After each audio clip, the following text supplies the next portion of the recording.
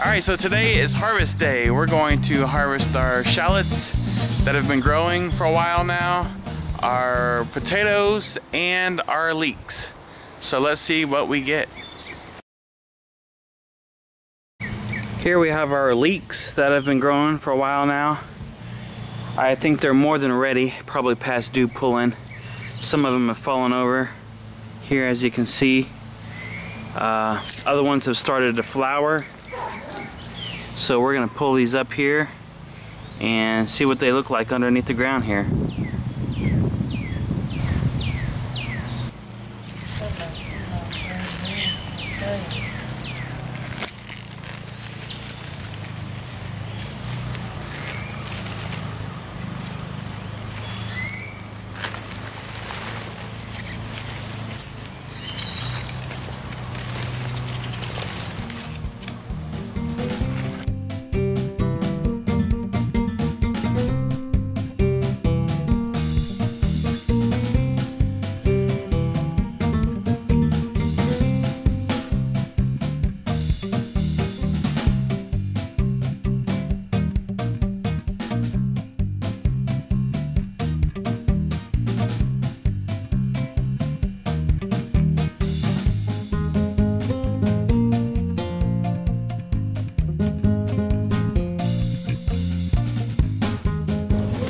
Okay, here is our leeks we've harvested. Got them all cleaned up and they're ready to use. Not too bad. First year growing them. I should have piled more dirt around the leeks and we'd have more whites to use, but they turned out pretty good. Quite a few to use.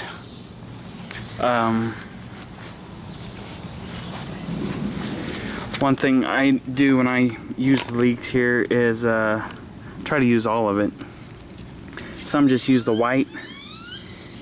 I like to go all the way up before the dark stem is here, and I'll cut it about right here and use about that much of the plant. But make sure to really wash these very well after you cut them, because they'll have a lot of dirt between each layer of these leeks. So not too bad, not too good. Average, I would say. Never grown before, first year to grow leeks, but I'd say we got plenty for us, that's for sure. So there's our leeks.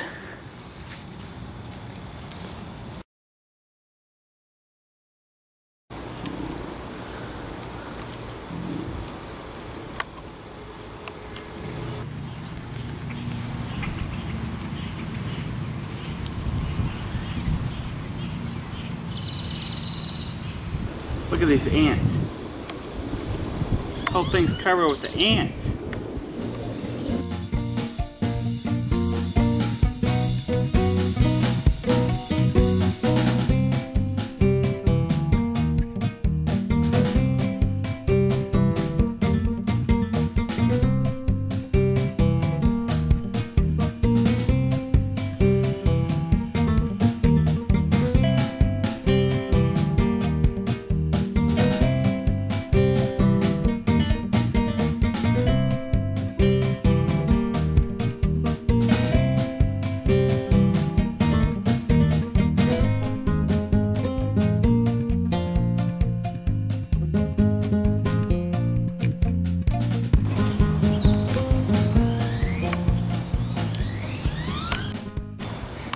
Okay, well, here's our potato harvest.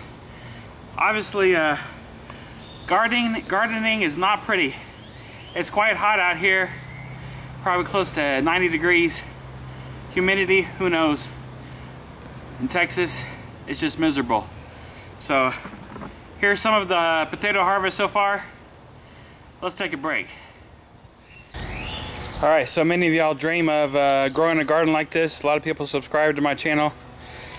Maybe you don't have a garden yet, maybe you're watching this and inspired to grow a vegetable garden, but just remember, there's nothing pretty about a vegetable garden in the summertime. It is hard work. I mean, I am drenched in sweat here from head to toe, and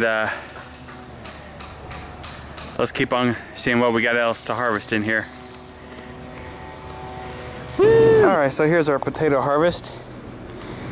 The rest of it we harvested, I don't know, probably 2 weeks ago, about 6 or 8 pounds. Here's the rest of them.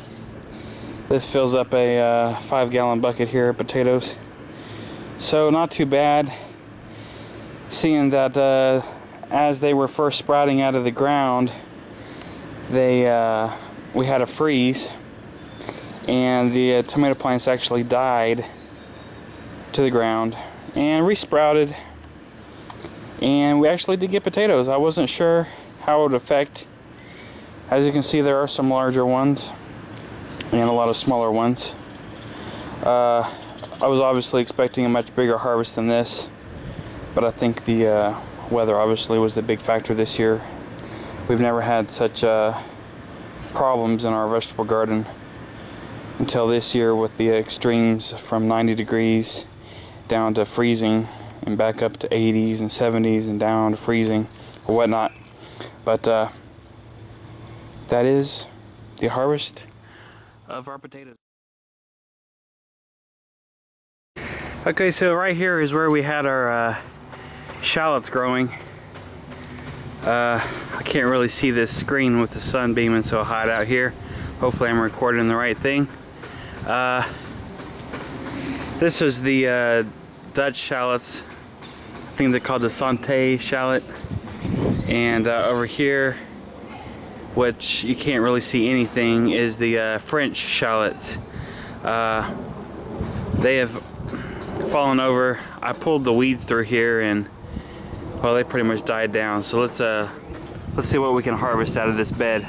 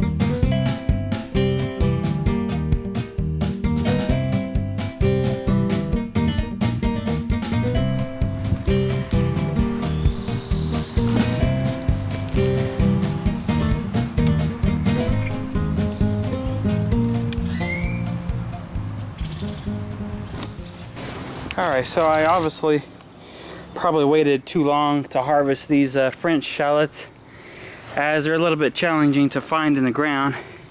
But let me show you how I'm looking for them. I can tell there's shallots here by this. These used to be the greens here growing. So here's where a mound of the shallots are. And once we pull them up, they're looking like this here. So you can see all the little shallots on here. So we'll keep on digging, and then we'll go on to these other Dutch shallots. Alright, these here are the Dutch shallots.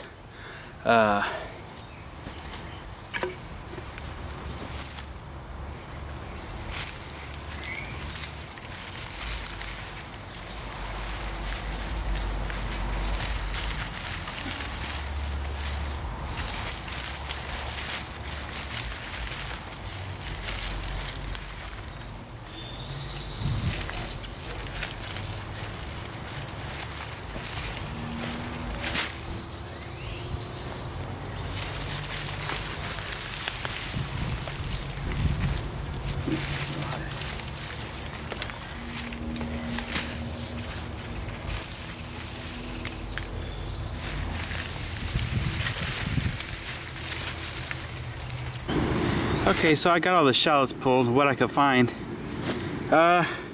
These here are called the gray shallots.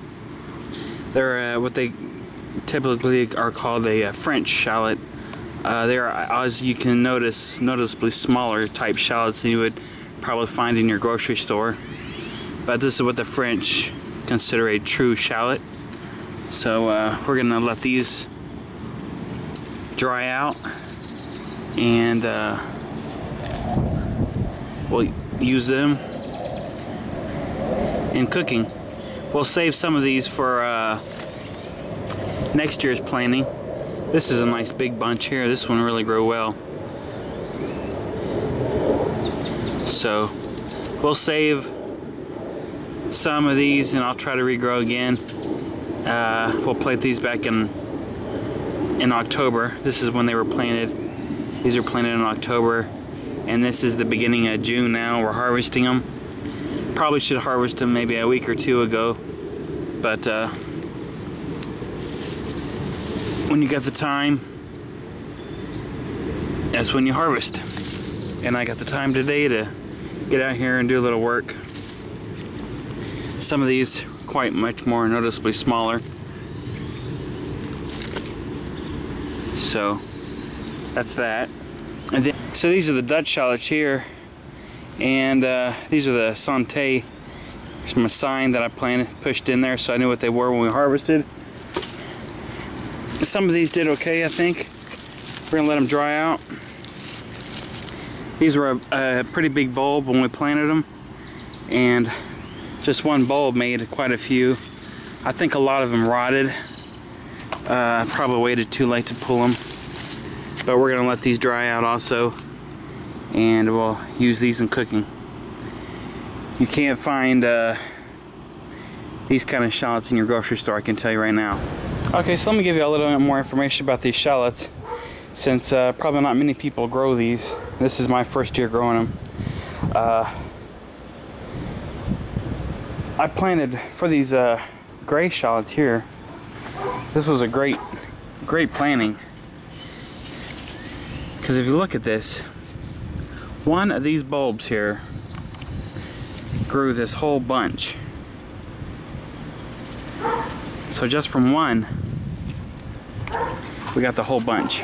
Let me show you what one looks like. So from this one shallot, we were able to grow this whole mound of them. These gray shallots did much better than these other shallots that I grew. Of course, these are smaller kind of shallots, but they're the best tasting also. So I've had really good luck with these gray shallots. Now if we come over here to the Santé shallot, these are much larger, obviously. Well, that's why I picked them, because I wanted also a larger size shallot. These are look similar to onion.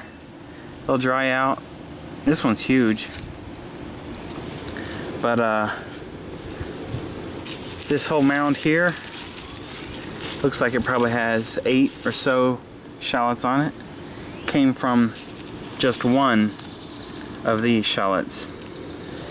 So some of these are obviously rotten, because they smell like rotten onions. I think this one here obviously is rotted in the ground, so we'll throw that out. But these did not do as well. I think the ground was pretty wet. We've had quite a bit of rain. I didn't get out here soon enough to pull them up, I think. But try growing shallots. Takes a lot of patience, a lot of time. These were planted in October, and this is now the beginning of June, and we finally have shallots. So thanks for watching. Check out my previous video of how we planted these shallots, so you can see how we planted them.